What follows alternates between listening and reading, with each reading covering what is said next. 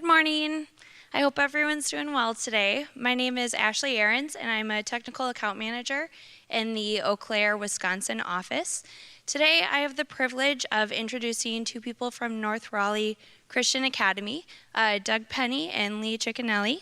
They're going to be going forward today and talking a little bit about their experience with Apple's device enrollment program and the volume purchasing program, as well as acquiring that Apple ID for students. So they had a rollout this summer of over 1,000 devices and did a great job, was very creative, and really worked on getting everyone involved and excited about this new feature with Apple. So please welcome Doug and Lee. Thank you.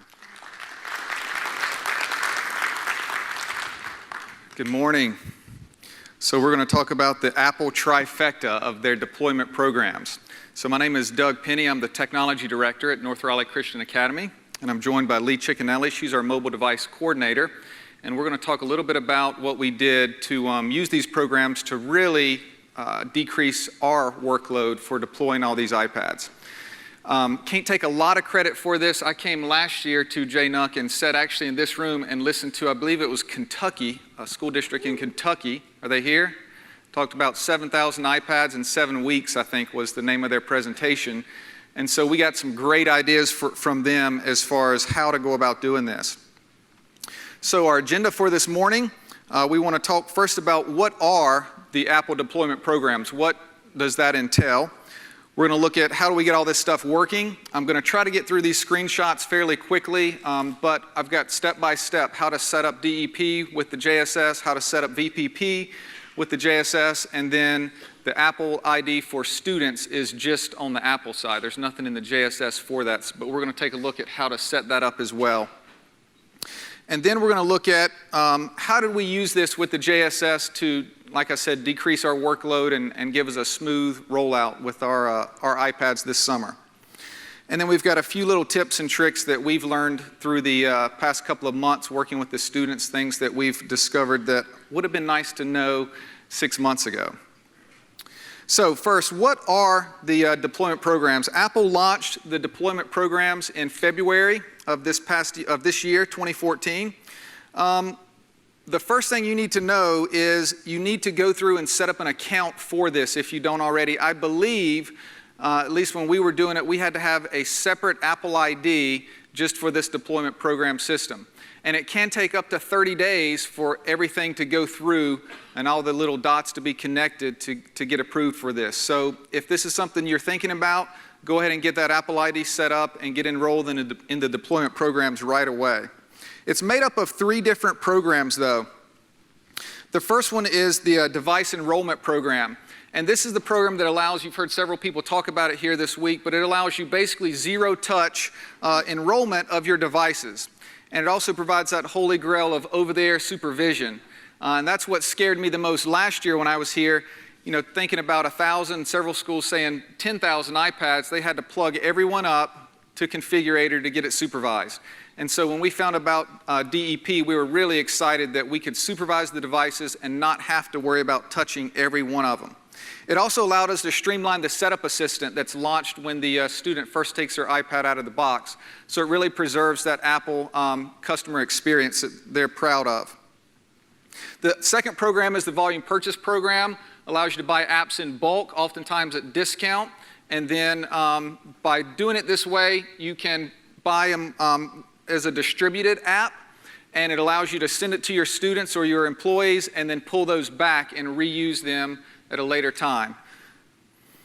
And then lastly, the one that we used was Apple ID for students, and this is for creating Apple IDs for students who are under 13 years old.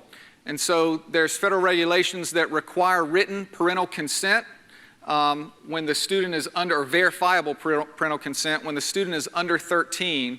And Apple has provided a way for this to take place. It's changed just a little bit just in the past couple of weeks with the new Family Share plan in iOS, but the Apple ID for students is still available for you to initiate the process of creating Apple IDs for those students. So we're going to walk through real quickly how to get these different programs set up in your JSS. So the first thing we need to do is we log into our JSS and we go to the Global Management page, and then we tap on Device Enrollment Program.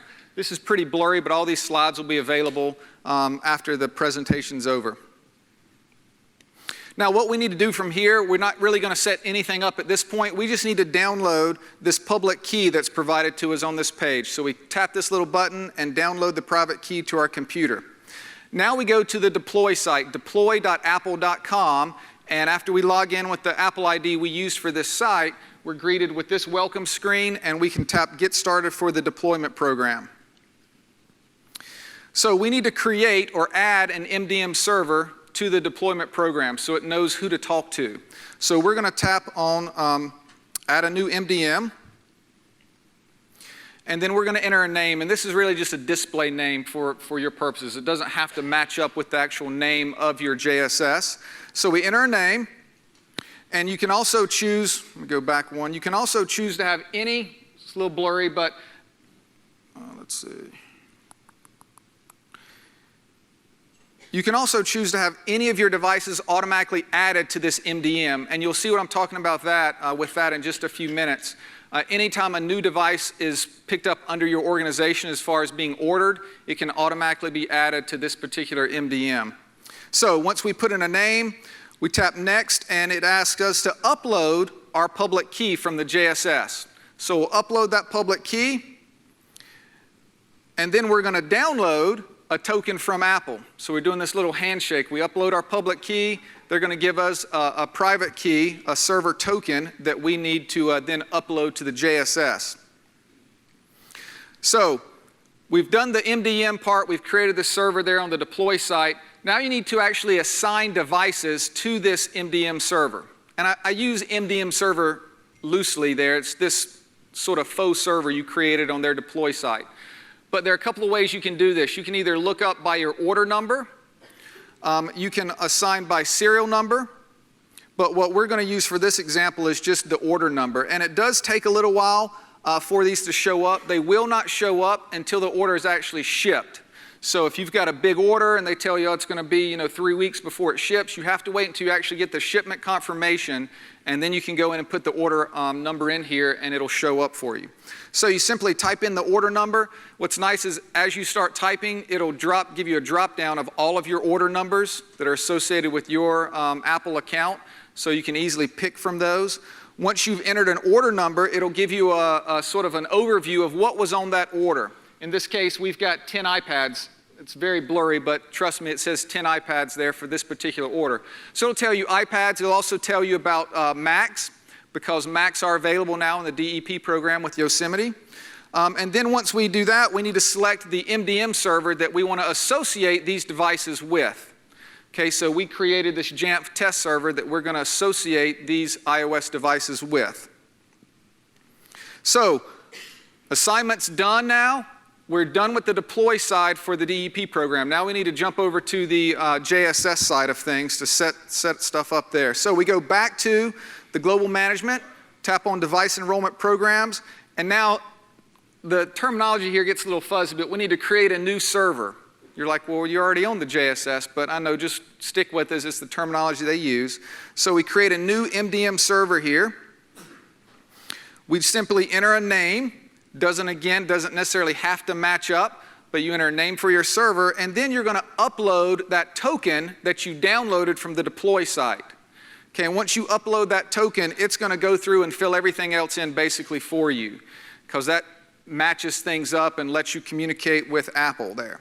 So you tap Save, and now if everything worked correctly, you should see within a few minutes that number of devices that you assigned over on the deploy.apple.com site. You should see that number of devices show up beside your server here. So that says Jamf test server on the top line. Mobile devices assigned as 10. So that matches up with that order that I assigned a few minutes ago in the deploy.apple.com site. So that way we know everything is talking, everything looks good. So just to jump back real quick to the deploy site, just to check on things, they have a column here when we view our servers, our MDM servers, we can see the last time it connected. And before that hadn't been updated, but now that I've set things up in the JSS, it's talked to Apple. I can come back to their site and see that, yes, they talk to each other today. So that just sort of verifies that the two pieces are talking to one another. So we've got our MDM and deploy.apple.com talking to each other now. So we can do what's called the pre-stage enrollment. Many of you are familiar with this on the Mac side. You've had something similar for quite a while. But with DEP, pre-stage enrollment lets you decide exactly what the user is going to see when they set up that new iPad. So we jump back over to our JSS. We go to our mobile devices and we click on pre-stage enrollment. We're going to create a new one. And it's a very similar interface to what you're familiar with in the JSS, right? You've got options and then you've got a scope. So we're going to name our pre-stage enrollment, in this case JSS test devices. We have to select the DEP instance. So that MDM server that we set up under DEP, we have to select that server from the drop-down list.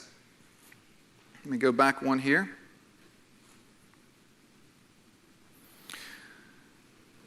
So I wish you could see this a little better. There are a couple of checkboxes that are really handy. One says require authentication. And what that'll do for us, we use Active Directory along with our JSS for authentication. And so what that does is when the student or the staff member is setting up their iPad, it asks them to log in using their, in our case, their NRCA credentials. So they type in their school username and password, and it immediately associates that device with a user. And that's going to be really important when we look at the VPP program coming up, but that's really helpful for us. So require authentication allows a student to log in during setup and associates the device. And then the big win everybody wanted to see was the little checkbox for a supervised device. So the device is supervised over the air as soon as they start. As we scroll down, there are more options here. One of the ones that tripped us up was there's an option for pairing. Under supervised devices, there's an option for pairing that says allow this iPad or this device to be connected to a computer other than the host computer. So the student could take their iPad home, plug it up to their own computer, and it would connect to iTunes and allow them to manage it. We checked that box, but we never could get that to work. And we spent a lot of time trying to figure out exactly what it was, and Ashley was very quick to inform us that there's an option in a restriction, in a profile. So we had to create another profile, and in the restrictions, there's an option that says, very convoluted wording, I think, but allow host pairing with the exception of the supervision host. So it allows you to have that pairing take place. So once we check this box, push that profile out, students could then plug up their iPads. Even though they were supervised, they could plug up their iPads to their home computers and back them up and do different things like that. So once all of our options are set, just like any other profile or configuration profile you create, you have to scope it. So scoping in DEP is a little different though. So when you tap the Scope tab, you're going to see a list of all of the devices associated with this DEP server that are not already associated with another pre-stage enrollment. Okay, so hopefully you caught all of that. What we see here are the 10 iOS devices that we had selected a little earlier. So we can check all of those, or you can check individual ones. So you can sort of have different pre-stage enrollments based on groups or, you know, whatever. Maybe you've got one for teachers and one for students. Maybe you've got a different one for administrators. But you can select the devices that this pre-stage enrollment gets applied to. So at this point, we're all done. We tap on Save, and now when they pull that iPad out of the box, they're going to start it up, and they're going to see the specific options that we said we wanted them to see as they walk through that setup. It's Apple's setup process. We don't insert anything new in there other than them authenticating, them logging in with their school username and password. Other than that, they're going to see that every time. And so we tested this quite a bit where we would go erase all contents and settings and reset the device. It takes them back through that same setup process. They cannot get around being supervised and being enrolled in our JSS now. So it's a great win as far as management goes, especially for schools where security is always an issue. So I think this is a really beneficial slide just to show you the process. It gets a little confusing jumping back and forth between the deploy.apple.com and the JSS. So this just sort of outlines the steps to go through. The boxes in blue are done on the JSS, and then the boxes in red are actually on the deploy.apple.com site. So again, this will be on the presentation for you to take a look at once we're done. So let's jump to the VPP program. So VPP allows us to buy apps in bulk, push those out to our students' iPads, sometimes without them even knowing. They just show up on their device. So we want to get started with VPP, and this is going to take us over to the VPP store, which is a little jarring, but it takes you to a different site that's the VPP store where you need to sign in. If you don't already have a VPP account, you need an iTunes account for that, an Apple ID for VPP purchases. But after you sign in, you're going to click on your account name and then select account summary, and we have to download a token. Okay, tokens are really big now in security, so we download a VPP token from this VPP store. Once we download that token, we save it to our computer, and then we can jump over to the JSS and set things up on that side. So we go to Global Management, and we're going to tap on VPP accounts. And then we're going to set up a new VPP account here. And this one's really easy.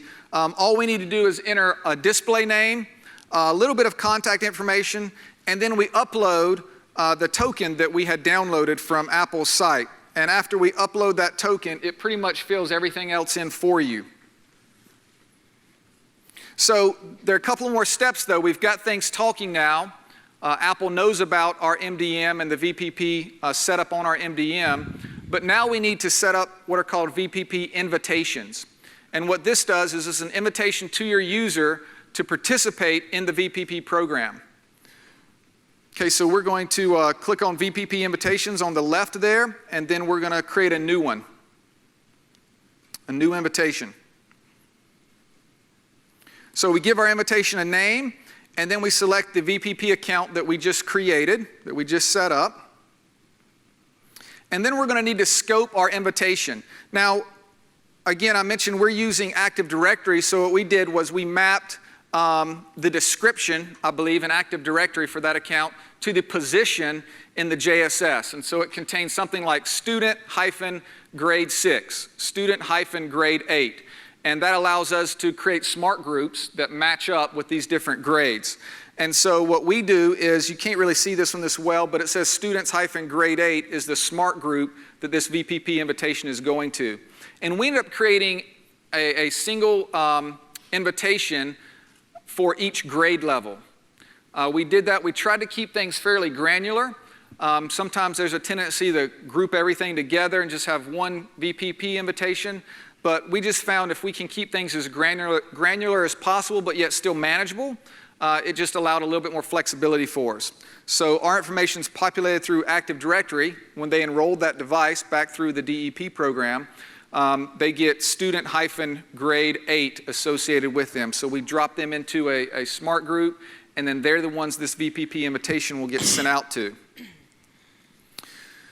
So we've got our VPP set up on the MDM. We've got our VPP invitation. Now we need to go buy some apps. And Apple's made this really easy for us. We just go back to this VPP store. We're going to search for some apps. We search for Notability here. We're going to buy 200 copies of it. And the key here is there are two different options under the app. One says redeemable codes, which is not what you want. You want managed distribution. When you select managed distribution, it's going to send that purchase to your MDM, and it's going to let your MDM know, hey, you now have 200 copies of this app that you can distribute. So we're going to pick Manage Distribution when we place the order. Once we hit Confirm, it takes a little while for it to show up, 5-10 minutes. I think Lee said she'd typically, go get some coffee or go get some water or something and come back, in 20 minutes, and it shows up there. So you got to be a little bit patient for that communication to take place and the order to go through. But we've bought our app now. We got 200 copies of Notability we want to distribute to some students. So how do we go about doing that? Back in the VPP program, in the JSS, we have to now create an assignment. So we created the VPP server. We created the VPP invitation. Now we've got to create a VPP assignment for a specific app. Assignments can contain numerous apps if you want to. There's nothing to restrict how many apps you include in a particular assignment. Again, we try to be granular, but try to keep things manageable. And so we just have one app per assignment. So for each new app we buy, we create an assignment for that particular app. Again, you might decide you want to create a VPP assignment for your high school that contains, the 6 apps that you want all of your high school students to have. So that's really up to you. But we tap on VPP assignments on the left, and we're going to create a new one. We give our VPP and assignment a name. Again, since we're using one assignment per app, we just name it whatever the name of the app is. It could contain more than one app, like I mentioned. And then once we give it a name, we go down and select the Apps tab, and we'll see a list of all the apps that we have purchased that are managed distribution through the VPP store. And again, it's a little blurry here, but it gives you one column that's total. And so I can see for notability, we had purchased 1,100 copies of that. And then it tells me how many are currently in use.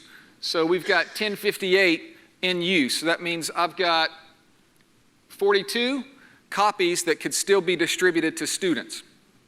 So you just check the box beside the app or apps that you want to include in this VPP assignment. And then we need to scope this as well. Now, a little something about scoping your assignment, and I think someone mentioned this in a session a little earlier. We created a second smart group for the scoping of the apps. And we're going to take a look at this smart group. Again, it's a little blurry, but it says students grade 8 plus VPP is the name of this particular smart group. So let's take a look at this. It's under the Users tab. And this particular group, students grade 08 plus VPP, not only is it their position as student grade 8, but it also includes VPP invitation status. And the status is associated. And the reason you want to do that is because you don't want to start sending them an assigned app until they've actually enrolled and gone through the little process of participating in the VPP program.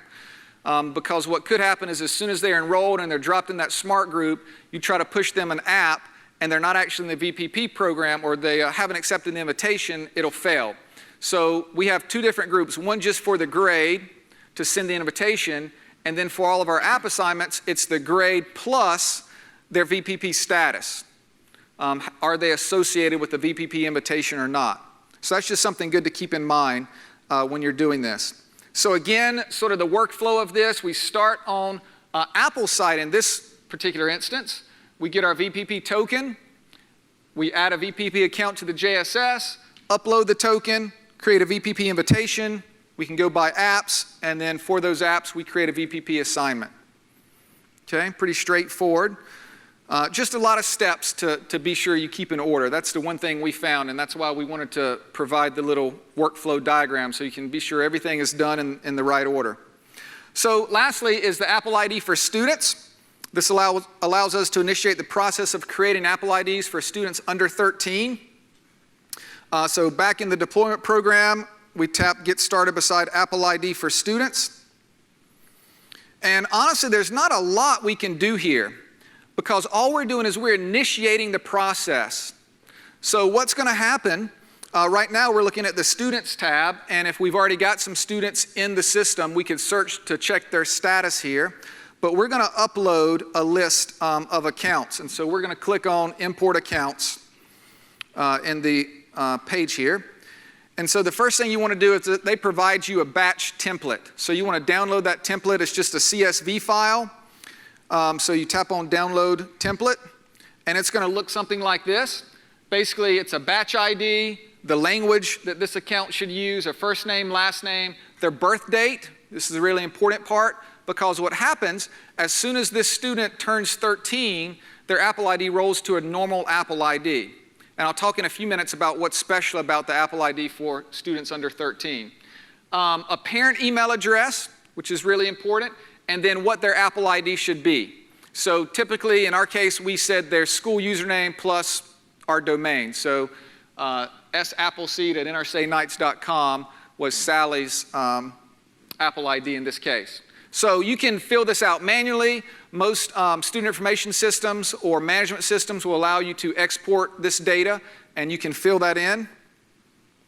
Then we're going to upload this CSV file to the site. Now, It does provide some error messages, so if there's a problem with your CSV file, typically it's a formatting issue, or it's a case where the account might already exist. So it'll tell you right away that there was an error, and you can click on details and find out what happened. We can tap the Batches tab, Batches, and we can get the status of these. So this shows us how many accounts were in the CSV file that we just uploaded. And we can choose to resend the consent email to the parent. So what happens here is the parent will get an email. The parent email address was included in that CSV file. The parent gets an email that says, hey, North Raleigh Christian Academy would like to create an Apple ID for your student. Please, it's lots of text there for them to read through. Click here to begin the process. And so they click on the link. It takes them to the Apple site to create the ID. It allows them to insert a password for the student and security questions, but they do not get to pick the Apple ID. Okay, we had specified that in the upload file. So once they enter that information, the Apple ID is now active and the student's good to go. Now, what's special about this is any changes to that Apple ID, not only do, you know how when you change your Apple ID, you get an email confirming, hey, this change was made. Well, the parent gets the email for that. There does not have to be a credit card associated with that Apple ID, so it makes it really convenient for us to manually create those. So, but as I said, as soon as they turn 13, it rolls into a normal Apple ID where the student can manage it themselves. They can change the primary email address at that point of their Apple ID. So that's why the birth date was important to include in there. So this is a fairly new process. It was added, I think, like 2 weeks ago. So we were scrambling to get new screenshots of this, but there's a Teachers tab now in the Apple ID. And what this allows you to do is take any teacher at your school, you can take their Apple ID and include it in this list. And you just tap on Add Teacher, and you type in what their Apple ID is. It doesn't have to be a school-associated Apple ID. It's just whatever their Apple ID is. And what that will allow that teacher to do is they can then log in at this site, edu-appleid.apple.com/teachers. They can go here and log in with their Apple ID that you included, and they can now reset any student's password in the under 13 program. So yeah, that's really handy. Give Apple a hand for that one. We just discovered this 2 weeks ago. Lee got an email and she said, did you know there's a change? And I was like, oh no, I just took all these screenshots. But this is really nice because oftentimes those are the students, the ones under 13, at least in our experience, that's our 4th, 5th, 6th graders. They can't remember which class they're supposed to go to next, much less what their password is for their Apple ID. So this allows the teacher to go in and they recommend you fill in the student's Apple ID, you have to put in their birth date, put in the CAPTCHA, and then they say hand the student the iPad so they can put in a new password, trying to keep things secure there. So that's really quickly the 3 different programs, how to go about setting those up in the JSS and on the deploy.apple.com side. And so at this point, I'm going to turn it over to Lee, and she's going to share sort of our deployment story and how that went. First of all, just let me say, Doug and I don't normally dress alike. While our daughters who are best friends would appreciate that, it's kind of weird for us. But this is one of the things that we did to help on our deployment is anybody that volunteered got one of these handy dandy t-shirts, and it was nice because people could find who they could go ask a question to in the middle of the deployment process. This was our deployment layout. We had a pretty good setup. Our school runs where we've got a hallway all the way around the outside of our high school gym. And so we really just ran everybody around the gym to get their iPad. We did not want them to have to go here and then back over here. We wanted that one directional flow so they didn't have to wonder, where am I supposed to go next? This also allowed us to have some checks and balances in place. If they skipped one station, they were going to get to another station and they were going to send them right back. And we did have some of that, parents in a hurry, I need to move on. They got to the next station, well, you've got to go back because now you don't have your username and password. Our station 1 was our info meeting.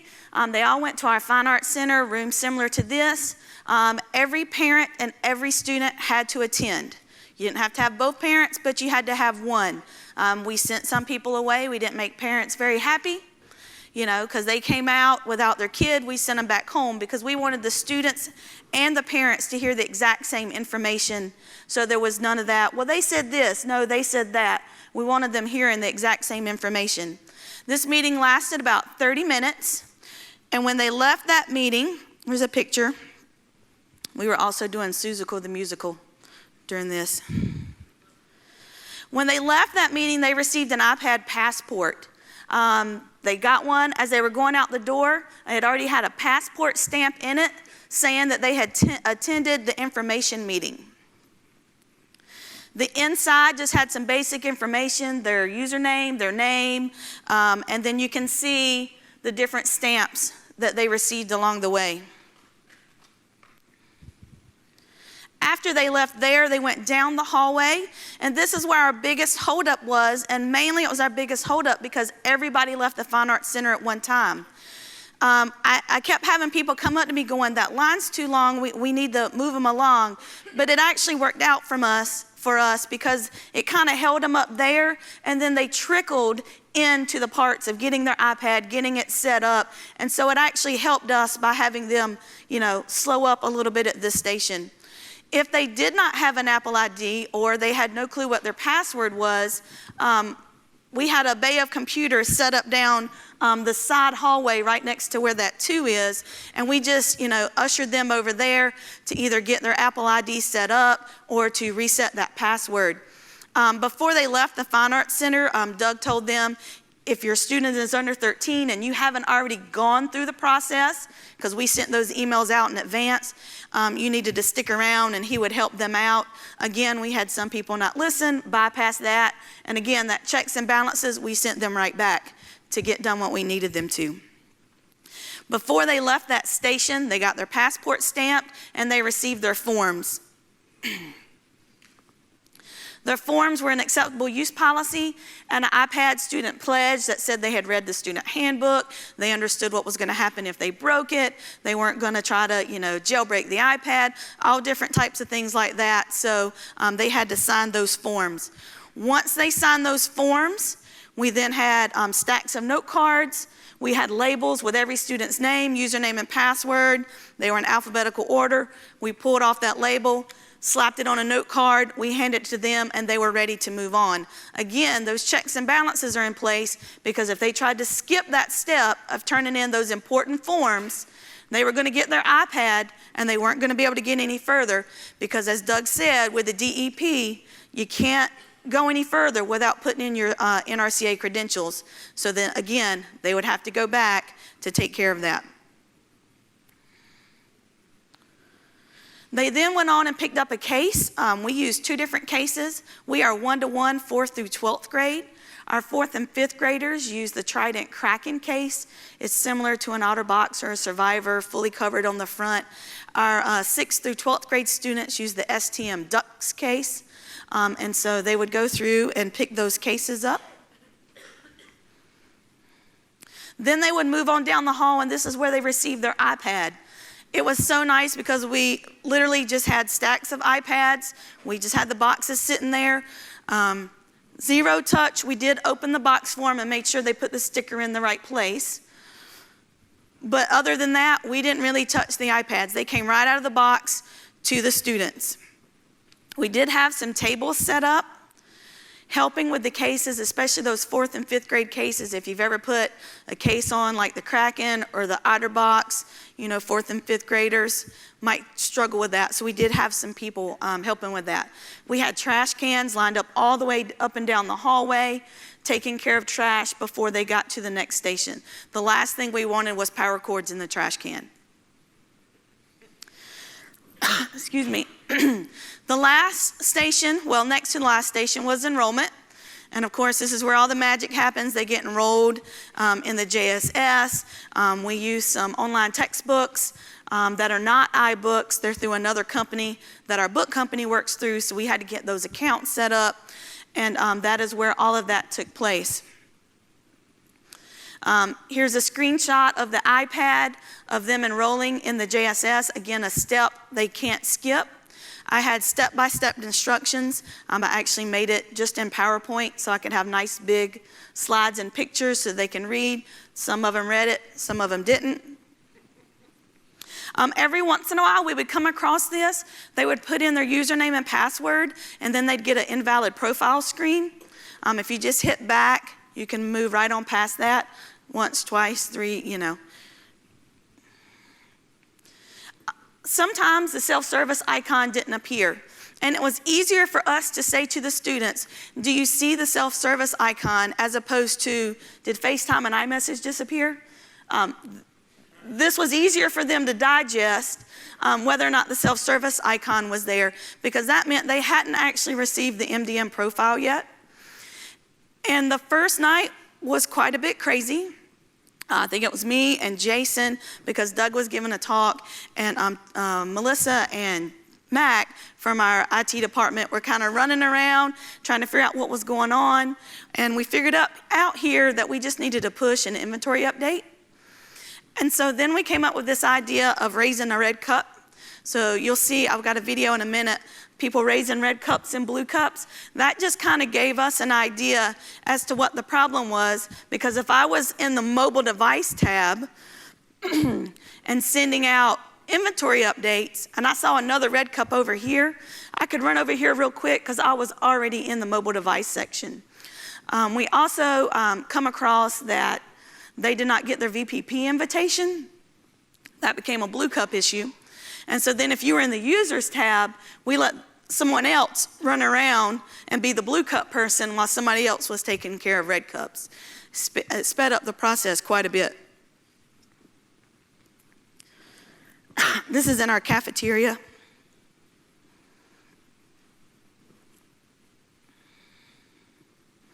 Our last station was the checkout. This is where someone looked at their iPad, made sure their sticker was in the right place, their passport had been stamped in all the right places. And if they were a 4th and 5th grader, we don't let them take theirs home. So those were actually turned in the cafeteria, and so they made sure none of those got passed. Here's the video.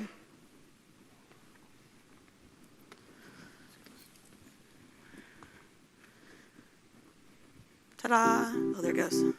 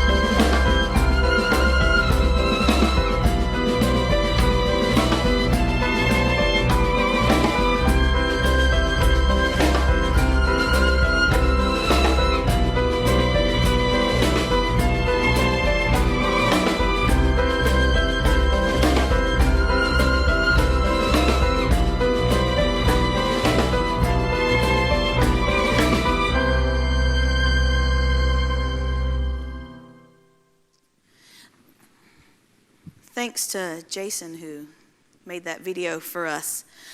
Some tips that we found that really help make our deployment successful is we use Sign Up Genius and had them sign up for predetermined slots. We did not want 300 parents and students showing up at one time. And so using that Sign Up Genius really helped us. We had, you can see it, so we had 21 sessions. We had 16 scheduled sessions to begin with, and then the last ones were makeups because we did not hand any student an iPad until them and their parents had been in, had listened to Doug's talk, and had gone through the process. And so some of them, it took a while. You know, we're in the first, second week of school. No, we're not handing you an iPad. And so that's why we had to tack on some of those extras in the end. And now we actually recorded Doug's session. We have that on our website. It's got a little secret code at the end. They have to watch that video if we have a new student coming in, and then they have to call me or email me with that little secret code before I'll give them their iPad. Again, we had t-shirts for all of our volunteers. We didn't care who the volunteer was. You saw in the video, my husband, Doug's wife, our kids. You know, if someone could, you know, pick up a box and move it, we welcomed them as volunteers. The 65 volunteers we had, that included us, and that was over all 21 days. That was not every single time. Sorry, not 21 days, 21 sessions. After that first day, we realized that it helped if we had some regular people besides the IT staff inside the cafeteria helping with those red cup and blue cup issues. So we actually put them in the JSS so they could push out inventory updates as well, and that really made the process run a lot smoother. As soon as deployment was over, I took them back out as administrators in the JSS. We learned this the hard way. We have international students. If they have not changed their Apple ID to a United States Apple ID, it doesn't work. And if they're not using an email address that Apple recognizes as a United States email address, that would not work either. So if it was a Gmail, they could go in and change it, the country from, you know, China to United States. But if they were using, I think the big one we came across was a QQ email address. If they were using one of those, they had to create a brand new Apple ID using either their North Raleigh email address or a Gmail account. We use our fake students a lot. I have two new children now, Johnny Appleseed and Sally Appleseed. I created their Apple IDs as if they were under 13. I keep Sally's iPad in my office all the time. Doug keeps Johnny's iPad in his office all the time. So when we're running testing, we're always doing testing on Johnny and Sally's iPads. We have found that free apps plus managed distribution equals money saved for us. I don't know how many of you have heard of the app called Apps Gone Free. If you haven't, I suggest you download it. I check Apps Gone Free every day. Inside this app is a list of apps that, you know, $4.99, $9.99, 99 cents that are free just for the day or for a couple days. And when they are free, I'm able to go over to the VPP side, purchase those apps as free under managed distribution, and we now have those apps. I found we have now Spanish to English dictionaries that were free for the day. We have atlases, so it has really saved us some money. We got Notability free by doing that. We had not started yet. When Notability was free, we had not started yet, but that was a great one when it was free last spring. And now I believe we're open for questions. Right here. You actually had success clicking back when you got the invalid profile? Because I ran into that where I had to run it through Creator, even though it failed out or fared out. It installed 8.1, I believe, at the time, whatever. But that back thing did not work. Like, no matter how many times I did it, but all of yours, it worked? Or Eventually. Sometimes we had to do it several times. Oh, yeah. The question was, in enrollment, when we got the invalid profile error message, did it always work for us? Eventually. Sometimes it went through on the second, third time. We came up with this crazy thing. Doug was like, count to 13 first. And that seemed to work. Strangely enough, they would look at us and go, "Why 13?" We're like, "I don't know. He said it." So, but that seemed to work for us. We didn't have any that we could not enroll. We got them all enrolled. Yeah, we didn't connect any to configurator that went through the DEP process. Right here.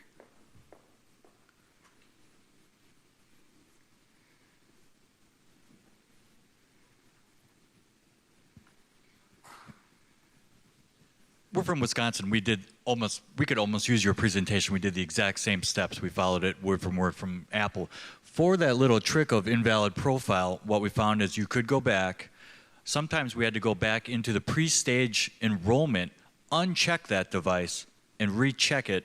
And then also, we have our teachers in DEP. They've had their iPads for a while, and now they're just coming in and re-enrolling them. If they're not up, I think it's past iOS 8 or 7.1.2, that was it. They need to update their iPad before they wipe it. Otherwise, they get the invalid profile. We found that for version 706 when we put them on 7.1, we had to configure what we did for our students. We bought that before rollout. I had one of our contractors get all the iPads up to 7.1 using configurator at the time, but then the students were able to enroll. Yeah, the best advice is just make sure that device, the iOS device, is just up to the latest and greatest iOS before you try and do it, anything with DEP. Otherwise, sometimes it just doesn't work. Good advice. Hey guys, real quick, all this audio is actually being recorded, and we want to have this in the section for everybody to have it, so I think the conversation is very good. I do have one question I was going to ask.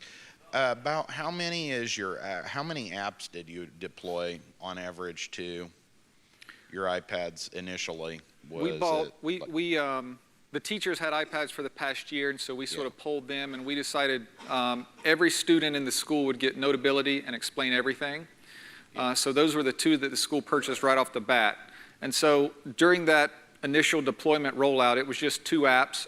Just two. If they were in grades 6th through 9th, we used Vital Sources Bookshelf app, and so they got that one as well. So just a couple of apps. Well, one of the things that derailed us, it sounds like I had a lot of success, but I found one big failure we had. I got handed a list of 40 apps that were to go on all of them. And I went and had them all install at the same time, which obviously, as one would guess, bogged down our wireless network to no end.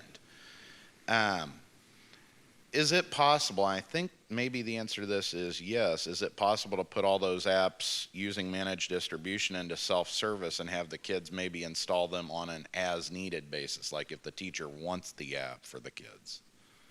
Can VPP, managed distribution, go into self-service? It can? Yeah. Okay. I'm glad you mentioned that. Yes, managed distribution apps can go into VPP. One thing that we ran across was one of the big features of VPP is you can silently install apps on the students' iPads. So with no interaction by them, once they accept that invitation to participate, you can push an app to them. They don't have to put in their ID. They don't do anything. It just shows up. If they have automatic downloads turned on for apps. We had several students as they were going through the process, they didn't, they've got an iPhone or they might have their own iPad at home, so they wanted to turn off automatic downloads. And if they have that turned off, they do not automatically get the app. So that's something to be aware of. History. I did want to give you folks some kudos and compliments on that. I love how you handled the logistics of rolling it out. That's something we also did not do well, and that's, if nothing else, what I take away from this is a good lesson on how to handle the logistics. Thank you. Just a question. How did you handle it? Did you have parents who said, nope, my child's not getting the Apple ID? We didn't require. So when they came in, we left that, and we had our Apple reps on hand for this. We left that up to the family. We did not require them, if they had a student that was under 13, we did not require them to create the under 13 Apple ID. The assumption was that they had a family Apple ID they wanted to use, which many of them found out really quickly that wasn't a good idea. And we tried to discourage them from that, but we left that up to them. Our Apple rep said, from a legality standpoint, that if that's what they chose to do, then we handed the iPad to the parent, and they took the iPad and then They gave it to the student, did what they wanted to, but our handoff had to be to the parent if they were using a family Apple ID and the student was under 13. So it's still supervised, you just... Yes, the device is still supervised. Yeah, there's no connection between the Apple ID under 13 or a school Apple ID and the device being supervised. Somebody made a comment somewhere right down here that any Apple ID can be used. That's true. You can use any Apple ID that you might already have. So along those lines, what are you guys doing to protect the children's privacy? So I know about COPA. Did you guys have to comply to COPA? Did the parents have to sign those forms for children? Well, that's what the Apple 13? ID for under 13 takes care of. What happens is it provides verifiable consent, so we can actually go back into that Apple ID for students management page. I can search for any student and it'll tell me consent was given. Got it. So that's sort of the process Apple puts in place to keep verifiable consent on record. Do you guys have issues with parents asking, are their children's privacy being protected?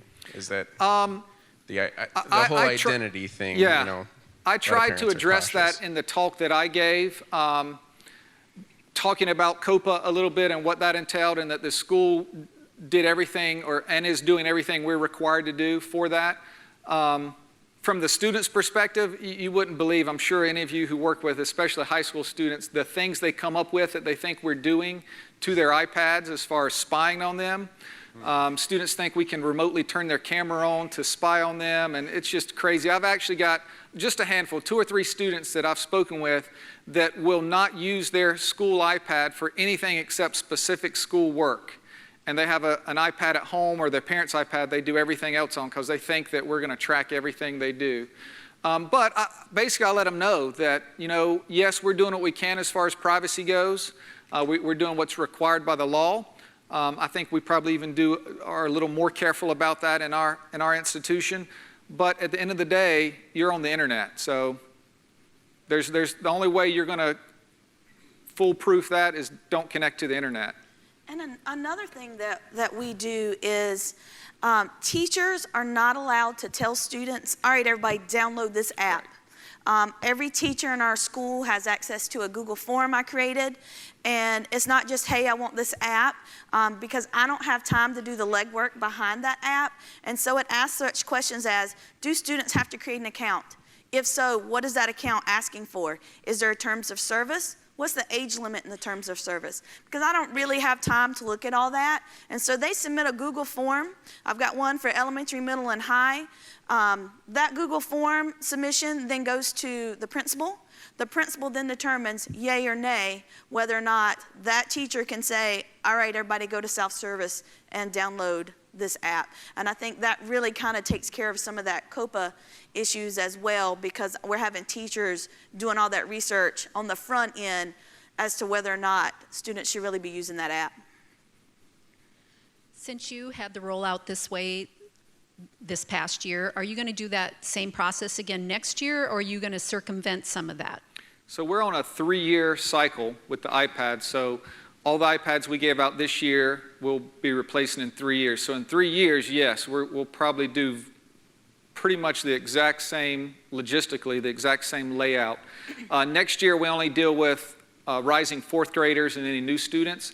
And so we'll probably do something very similar, but we'll tweak it a little bit for a smaller group, because realistically, that'll probably only be a couple of hundred students versus 1,000 plus students. So, but every 3 years until I think we figured out we've got 9 years of doing this. Every 3 years we'll have to replace all of them until we get to the point of, okay, it's just every year after that. So. Just out of curiosity, would you guys mind sharing what your drop or breakage rate is? Well, again, we just started, we gave them all out in August. We've had no breakage so far. We've had one student claim that theirs was stolen, and that was actually just this week. We were here, and the student showed up Monday and said theirs was stolen, or Tuesday. But other than that, we haven't had any breakage as of yet. We've had an iPad that was lost for a couple of days right around on the roof of a car. It and even rained. It even rained on it, and the student found it and brought it in and told us, and everything still worked fine. So no breakage yet. Thankfully, it'll stay that way. One other thing to note is we did all of our deployment except for those handful of kids who were holding out for us to hand them one before school started, to try to get out all of the let me take a selfie, all that type of stuff prior to school starting. And I think that really helped once school started, that first day of school, teachers are ready to go, because that's what they want to do, teach, not deal with all this other stuff. 2 quick questions. Did you receive any iPads DOA? And how did you handle that? Yeah, we probably had, I think it was in the end, 4 iPads that were DOA. I called the 1-800-APPLE number. They were great to deal with. They sent me boxes. I packaged them up. FedEx picked them up. I sent them back to Apple, and within 2 days, I already had brand new iPads back. And we did, on the suggestion from our Apple rep and talking to some other schools in our area, they suggested, 3%? Is that what? Yeah. About a 3% margin for breakage. So we keep anywhere from 10 to 15. We had planned to keep 30, but we ended up getting a whole bunch of new students that we didn't account for. And so we've got about 10 to 15 new iPads in the closet now, sort of as our reserves. Okay. And one other thing, let me add to that, is then when Apple sent me new iPads, I had to go into the JSS, take them out of pre-stage enrollment, and then I went over to the Apple DEP side, put in those serial numbers, and it actually generates an order number for that. And then I gave it, 20, 30 minutes, went back to the JSS, and I could put those iPads in pre-stage enrollment. Okay. So related question was, you referenced importing the users from your LDAP through a CSV. What happens if you have additional students come in later in the year? Can you add those individually as you go? Yeah, you can have as many different batches, is what they call them, of these uploads. So as Lee mentioned, I would give a talk in a room sort of like this to all of the parents and teachers, and I said, if you've got a student who's under 13 and you didn't receive this email, you need to come down and see me. And I just had a spreadsheet open right then. I would type their information in, upload that spreadsheet, and within about 2 minutes, the parent had the email on their device, and they could go through the process to create the Apple ID. So yeah, you can add those as you need to. I think there's a question right here. I'm wondering if you guys have had issues with where a student accepts a VPP invitation, and you can see in the JSS that apps are scoped to them and everything, but they're just not showing up in the purchase tab. We've had that issue over and over again. Yeah, here's the process for fixing that. Spent a lot of time on the phone with Jamp about that. What you'll need to do is, and you probably couldn't see it on there, but when I scope my apps, not only do I scope them to 8th grade, middle school, high school, whatever, I scope them to a group, static group that I have that's called students who have left. And so it's already